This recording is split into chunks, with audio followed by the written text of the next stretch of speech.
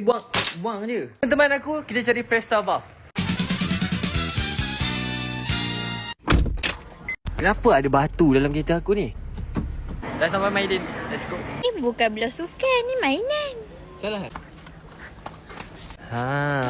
Bukan. Yang ni yang dah beli lah. Macam macam bukan macam ni. Ni bukan Oh ni dia berkata macam ni. Ya. Ya. Tu paling mahal. RM35 Kalau ni. Habis RM35 aku. Serius yang ni? Serius. Sama tu. Kalau salah, saya yang bayar.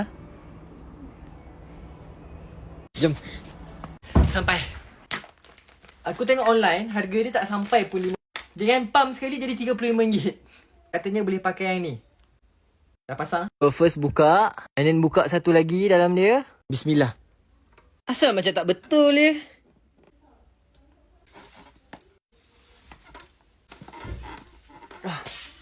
Baru masuk. Aish. Tapi macam something wrong dia masuk tu kan. Dia macam tak ketat sangat satu. Baru satu tayar pun aku dah pergi cap dekat sini. Baik beli adapter dia je 50 sen. Ni buanglah tu sampah.